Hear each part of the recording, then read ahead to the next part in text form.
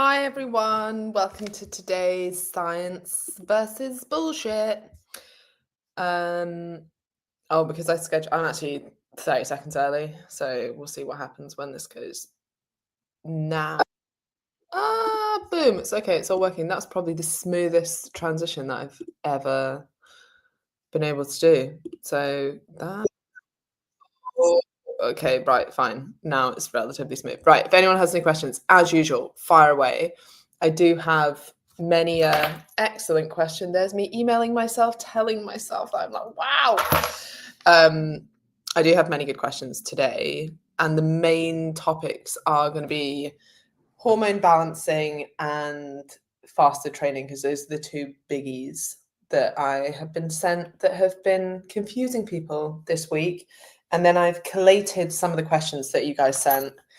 So then I'll do them. And then if anyone has any live, or they're confused about what I've said, or they just have anything they want to say, that's why it's live. You can comment away.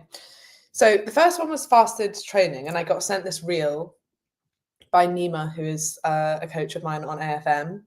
And it was quite interesting because the woman was obviously very intelligent. Basically, the reel was saying the crux of it is training fasted is bad. It raises certain hormones, especially cortisol. It puts you into a kind of stress state, and then your body won't spend fat. So the analogy that she uses is if you didn't know when you were going to be paid again, then you wouldn't spend all your money. And this is what your body's like when you're training fasted, because it doesn't know when it's going to be able to eat again. So it doesn't want to give up fat, which is interesting because actually the exact opposite happens. And when you train fasted, you actually utilize more fat for fuel than when you train in a fed state. Neither of these really matter for body fat. But technically, like, that's definitely not true. And it's a nice analogy, and you can kind of see why people use them because it's quite convincing. You're like, oh, this is just like this. And it's like, yeah, except for the fact that it's definitely not just like that. Your body isn't like, oh, we don't know when we're going to be fed again. We'll just not use any energy. Like, you will still have to use energy. It will still have to come from somewhere, and you will still be using fat, whether you're fed or whether you're fasted. And I kind of hate using like really crude analogies like this, or really crude, not analogies, but like examples of when this is literally happening. But there is probably no more stressful state than like being in a war zone and not being able to get to food. And yet people don't magically store onto in like calories in those situations. Your stress response doesn't do that. It can't do that. It's impossible for it to do it. So as much as it was like kind of a nice analogy, there's bits of science thrown in, slightly out of context. You can see why people kind of follow the narrative of it. It makes logical sense, and then you nod along and you're kind of convinced by these things. Another claim that was made in it is that when you train fasted, your fat becomes invisible as a fuel source. This isn't true. Obviously, you utilize more fat when you train fasted, not less. And then she also uses the example of like your body has to feel safe in order to lose fat, which again is completely untrue. It's just weird, like fear mongering. And when you ask for evidence for people who say that fasted training is bad, they will do one of three things usually. They will either give you the same rat study that everybody quotes, which is done on rats and hasn't been translated into humans. And this does show that when you train rats or exercise rats in a fasted state, there is some menstrual dysfunction, which could suggest that there's something that's impacting their hormones in a negative way. This hasn't been replicated in humans. And also we see that you can absolutely lose fat in women. There are studies on that. And there are studies comparing body composition changes when you train in a fasted state compared to when you train in a fed state, and they are the same. So we know that there's not a big impact, if any at all. And then the second thing that people do is they will use evidence that is actually research on chronically low energy availability, not whether or not you had breakfast in the morning. Like those are massively different things. So normally when someone's like, yeah, but look, there's this evidence on, I don't know, chronic elevations of cortisol or chronic stress responses that could be negative or that do impact menstrual cycle or that do impact certain hormone regulation. But that wouldn't be from doing fasted training. That would be from being in a chronically low energy state. And like I said, those are massively different things. And then the third thing is people just actually decide that actually they don't have any evidence. They just like the story that the body sometimes like holds on to fat in a stress state, can't cope, and then goes into starvation mode, and that's why you should never train fasted. It's interesting to kind of work through these, because if this was true, then we're kind of accepting that humans have evolved over millions of years to be incapable of exercising without eating 30 minutes beforehand. Like, we would be extinct by now if that was the case. We are far more adaptable, far more resilient than many people will have you believe. And you can cope with various stresses. And the stresses aren't necessarily bad. Like, all exercise is a stress on the body. That's not a bad thing. And it being in a fasted state isn't a bad thing either. And I'd note here that, like, I'm not pro training fasted. I'm not anti training fasted. If it suits you to get up in the morning and get a workout done before you have breakfast, and that works for you, don't be scared of doing that. If you feel so much better when you have already eaten before you train, great, then eat before you train. That's, again, not going to make much difference at all. So do what works for you, but it's really just not that deep. Like, there's no massive benefit either way. And I find it's quite an interesting myth, because you have people arguing both sides. Like, you have some people that are like, yeah, when you train fasted, you burn more fat, thus you should train fasted. And then you have people that are like, when you train fasted, you go into starvation mode and you don't burn fat, thus you shouldn't train fasted. And it's like, both of you are wrong. It actually just really isn't that deep and doesn't really matter that much. And if you are in a chronically low energy state, then that would be the thing that you'd be focused on, not whether or not you're training fasted. So there you go. Hopefully that clears that up. Is there any question?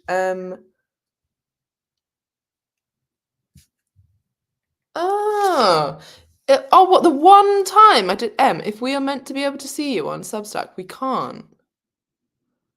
Oh, well, that's great.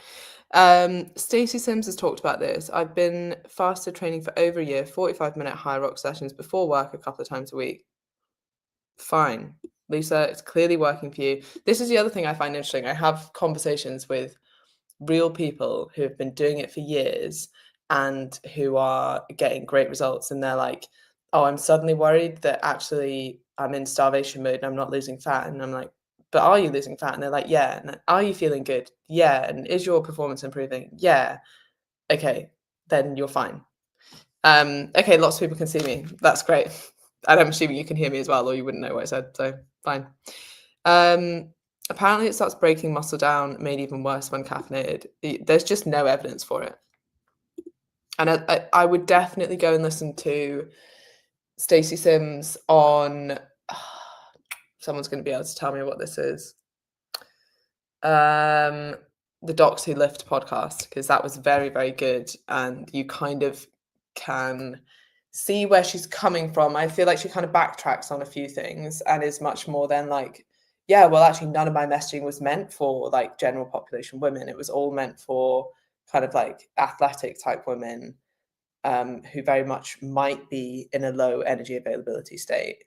No, okay, that's slightly different than how it's coming across, but fair enough if that's actually who that messaging was meant for, which is another thing to be considering, is like the messaging that's being put out, who is that meant to be received by, and is it applicable to you or not? Emily, it might be because I'm on a bus. I'm sorry. That's okay. Enjoy your bus. I hope that you got the front seat at the top so you can pretend that you're driving. Okay, I heard on a running podcast you shouldn't run fasted when it's cold. I normally run early before breakfast. Will eat before. If I go for over an hour, will always drink 2 large teas before. Okay, this is interesting because I can't understand why specifically when it's cold. So I would completely ignore that you shouldn't be running fasted. In fact, the best athletes in the world for marathons train fasted. And they do it because it's too hot in the day, and they get up and they run, and they are literally the world record holders, the best athletes in the world. So that part I wouldn't agree with. Now, I don't understand the rationale between like you shouldn't run fasted when it's cold. So I wouldn't know how to debunk that. I don't know what they've said. Yeah. Okay. I'm upstairs, but no driving seat for me. Stupid children got there first. It's really sad when kids get there because you can't be like, do you mind if I just sit here? Do you mind if I have a go? Can't wait till I have a child and I can be like, sorry, can we sit at the front of the bus? Sometimes you just get it anyway, though. It's the best seat. I don't know why people don't rush to it. Yeah, I agree. Selfish kids. Okay, right. Next thing so I've been sent this so many times. Let me see if I can actually show you what I mean. Okay, this. Did it work? Yeah. I've been sent this many, many times. There's actually different versions of this. Sometimes it's someone's legs that are getting slimmer. This person actually, so the claim is it wasn't fat, it was cortisol all along. And then you have someone with quite a round face, someone with actually quite a normal face, and then someone with, has now started smiling and has a very slim face, and has also gone from having green eyes to brown eyes, which I don't know how that's also happened, but interesting that it has. Anyway, the claim here is that you can take this supplement, balance your hormones, balance your cortisol, and then you'll start losing fat. And actually, it wasn't, apparently it wasn't fat. It was cortisol that was stopping you lose fat. Anyway, if you ever read the claim, hormone balancing on a supplement, I would completely ignore it. To me, it seems like the new detox claim. So when there was all these claims that these supplements could detox you, actually, I'm sure there's still a ton around. And then when you ask, like, what is it that you're actually detoxing me from? They can't answer. It's kind of similar. If you say to someone, okay, like, which hormones are you balancing? Within which range? Are you going to test my hormones to see if they need balancing and that they stay within that range or that they're being balanced in some way? Based on what evidence can you balance my hormones based on the specific hormones that you're actually looking at? I can guarantee they won't be able to answer any of those questions because your hormones aren't something that need to be fixed with a supplement or balanced with a supplement. And in fact, your body acts in a very finely tuned, responsive network of homeostatic feedback loops, which work incredibly well. And the best way to keep these balanced and thus to keep your hormones balanced is to do things like optimize sleep, like eat a good, healthy, nutritious diet, like exercise consistently, do things that are that relieve your stress. But all of these things, like generally live a healthy lifestyle and your hormones will balance themselves. People are kind of looking at it the wrong way of like, God, I have this incredibly unhealthy lifestyle. I'm not sleeping, I'm not exercising, I'm overeating. What I'll do is I'll take this supplement to try and mitigate all of the massive core problems here. No, you need to take control of the core problems, and then actually you'll find that your hormones will balance themselves. And if they don't, then you certainly shouldn't be taking a supplement. You should be going and seeing a medical expert because there's something wrong there.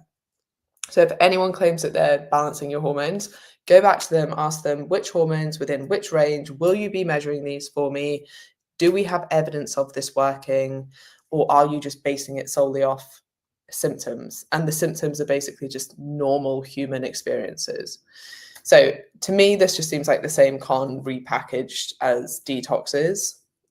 They can't tell you what they're detoxing you from. They can't tell you exactly how they're balancing your hormones or which hormones that they're trying to balance. Now, I did look into this supplement. I went and looked at the ingredients.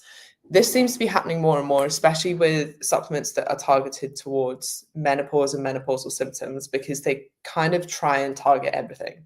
So they'll have like, this had a lot of ingredients in it. I want to say potentially like over 10 ingredients. And all of them have like slight bits of evidence, but most of them are massively underdosed for the claims being made. And usually there's kind of one core ingredient. So the ingredient that has the most evidence in this specific product is ashwagandha, but it's underdosed in this product. And you'd be much better to take it on its own to see if that's what's actually working, not the 10 other things that are rammed in here. And it will be significantly cheaper, and you can take it at the appropriate dose than buy something like this. So a lot of the time, these supplements will add in their own kind of blend with loads of extra little things that may or may not do anything and may actually do something harmful or counteract each other in many cases. And then you don't really know what's working, but then they charge a premium for it. So you're much better to be like, right, what's the actual thing within this that's working? Let me try supplementing with that on its own at the right dose. I'd also be very careful with any kind of blanket statements, one size fits all type supplements. Women of menopausal age are often on other kind of medication as well. So supplements like this, especially ashwagandha, can impact thyroid medication, can impact SSRIs, can impact hypertensive medication, can have some of these ingredients could have an impact on HRT. You wouldn't want to be taking them if you were pregnant. Like, there doesn't seem to be enough pre-screening for whether these are right for the people that they're being promoted to. So as usual, before you spend any money on supplements, especially expensive supplements, run them past me before you waste your money. But if you're thinking of trying this and you're specifically wanting the benefits of maybe potentially being a bit calmer, maybe you feel quite stressed, maybe you feel like you might have elevated cortisol, because that's often what people are selling you on, is like, do you always feel stressed and tired and burnt out? Oh, you must have high cortisol. So if you have those feelings, you could try something like ashwagandha, assuming that you're not taking medications that might interact with that. And if you wanted to, and make sure it's at the right dose. But I wouldn't buy that. And also, based on that claim, you know, like, it wasn't cortisol, it was, oh no, it wasn't fat, it was cortisol all along. Like, you're here because you don't want to be bullshitted. Like, it was fat, you know, unless you have Cushing syndrome, then suggesting that it was cortisol is absolute bullshit. Like, and if you do have Cushing syndrome, then you need to go and see a doctor. By the way, the rates of that are much lower than what would be potentially proposed on social media at the moment. Very, very unlikely that you do have it. But if you are worried, then go and see your doctor. Don't buy a supplement, because this won't help you anyway. And the truth is, body fat comes from an energy surplus. Chronically stressed people will likely have an increase in appetite, will likely have poorer sleep, will mean that overeating is much more common for them. It's harder to get to the gym, it's harder to stick to their diet. They don't recover as well. They're always looking for energy elsewhere, i.e., making poorer food choices. That's why feeling stressed is linked to weight gain. It's not the cortisol itself. So what does actually work is trying to fix that sleep pattern. That's going to be like the biggest foundation. Getting in enough protein, getting in enough fruit and veg, getting to the gym a couple of times a week, even if you're starting small, so you can build up that energy, because exercise in the right dose will give you more energy, not less energy. And then manage stress with, you know, things like going for walks, like listening to your favorite music, like actually having time off and turning your notifications off to do that. Social support, breath work if you're into that, journaling. My two favorite things that I don't think people talk about enough when it comes to managing stress: laughing more. Like, have you tried just laughing at yourself a little bit more, taking yourself a little bit less seriously? I quite like to get quite existential when I feel stressed. I'm like, wow, literally nothing I do matters. Like, I'll be dead in a short amount of time, and within 2 generations, no one's even going to remember what I did. Cool. So why are you so unbelievably stressed about this? Like, you are a tiny blip in the universe. Like, take the stress off yourself, and then just have a bit of a laugh, and like, whatever it is, it's a good story. It'll be funny at some point. And then the second thing is Google Calendar, which I'm obsessed with. And I just feel like I don't know how I lived my life without it before, but having some kind of electronic calendar so that you actually know what you're doing. Like, I would be so unbelievably stressed if I didn't have, like, my day blocked out, you know? Everyone's got a lot going on. You know, I'm running numerous businesses, but even if you're like, "No, yeah, but I don't do that, like, I don't have as much going on." Yeah, but you probably have kids, or you probably have friends that you're seeing as well, or you've got hobbies, or you've got a dog, you've got responsibilities, like, there are loads of things that you do every day, and part of your stress is probably coming from you thinking that you're gonna forget to do something. I certainly know that that was, like, a huge amount of my stress was coming from that, and as soon as I actually mapped it out and I was like, "Okay, I do have a massive to-do list, but I've now plotted it through my week, and actually it is doable. I don't need to do all of it today, and now I have a plan to do it." That makes such a big difference. So those would be my tips for reducing stress. Okay, and then I also had a question about also, have some fun. Go and ride the bus sitting on the top seat at the front so you can pretend that you're driving it. Okay, I had a question too. If you think it has merit. I heard it debated the other day on a podcast and I thought it might be decent. With postprandial walking, by the way, that's a really posh way to say walking after you have some food, right? So nothing too fancy, but with postprandial walking, do you burn more calories if you're walking straight after eating? Because in theory, you're triggering the transporters to move glucose into the muscles so it'd be more efficient for fat burning. I know overall it's irrelevant as it's fat burning over the whole day, but I just thought it was a cool question. So it's a cool question, but it's wrong on numerous levels, right? So you won't burn more calories, full stop. But and then on top of that, you certainly won't burn more fat because if you've just eaten, you're going to be utilizing glucose for fuel, not fat for fuel. This doesn't matter for overall body fat. That simply comes from calorie balance at the end of the day. But if we're looking technically here, you won't be more efficient at burning fat. You'll actually be more efficient at utilizing glucose and clearing blood glucose.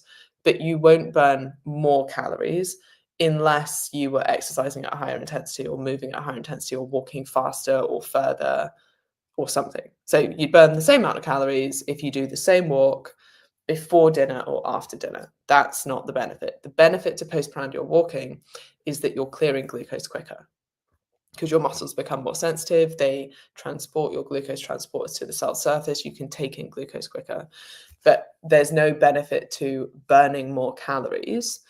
And there will be a slight change in fuel utilization. Again, that really doesn't matter for anything. But you will be able to handle glucose better. And that's why we have people walk after meals. And I also think it just helps digestion as well. And I think there's three main benefits. There's the obvious glucose benefit. So specifically, that's useful if you're pre-diabetic or diabetic. And then there's have I just forgotten one? I always do that. I'm like, I've got three things to say. Here's two. Okay, well then there's the oh no, I've got three. Then there's the digestion. It's been a long day. Digestion benefit of I just think it's nice to go for a walk after a meal. And then the third reason has escaped my mind again. What was the third reason? Oh yeah, the third reason is like the pause after dinner. So I don't know how many other people feel like this. Actually, if you're watching, do let me know. But I often find that it's stopping eating that's quite hard. And maybe it's because like if you eat fast, you can't register that you're full. But I think once you've stopped for a period of time, you're much less likely to then go and start again because you've started doing something else, right? So if you have your dinner and then you go out for a 15-minute walk around the block, or even you go to your walking pad or whatever, you do something. You're much less likely to then go back into the kitchen and start eating again. Whereas if you have dinner and then you're kind of like, oh, I could have seconds again, or I might have a little bit of this, or I might make myself a bit of something else, then you can end up just kind of snacking for the whole night. So I think it's quite a nice, like, boom, had my dinner, did my walk. Now I don't eat again until breakfast the next morning. So there's the 3 benefits: the metabolic benefit of glucose clearance, the digestion. Why can't I say that word? Right, the digestion benefit. I keep wanting to say digestive biscuit. I don't know why. And the pause after eating. Wow. Wow.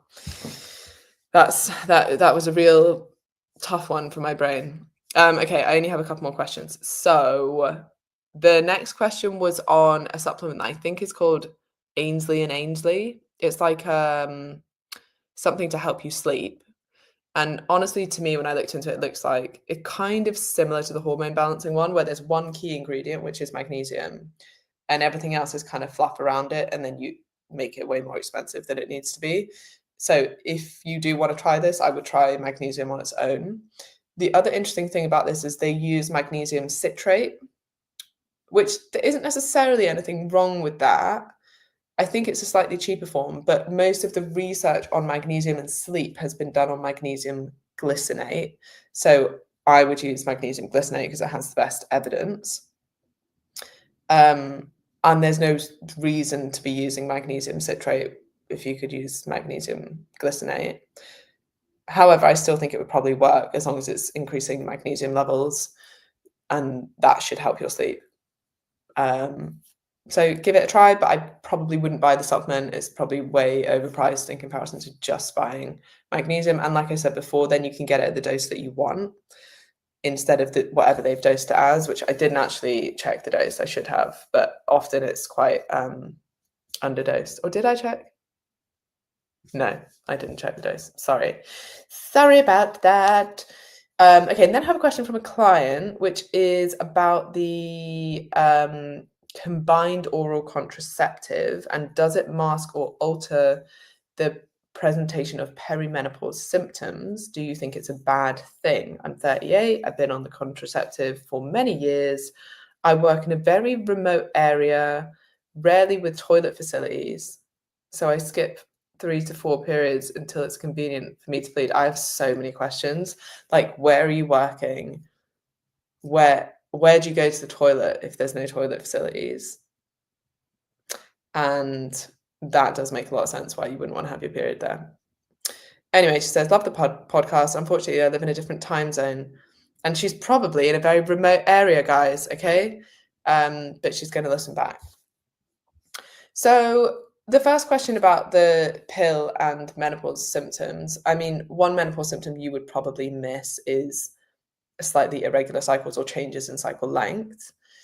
I wouldn't say it's necessarily a good or a bad thing. Like if you're struggling with symptoms, then you would go and see your doctor, i.e. other symptoms that are causing you negative side effects.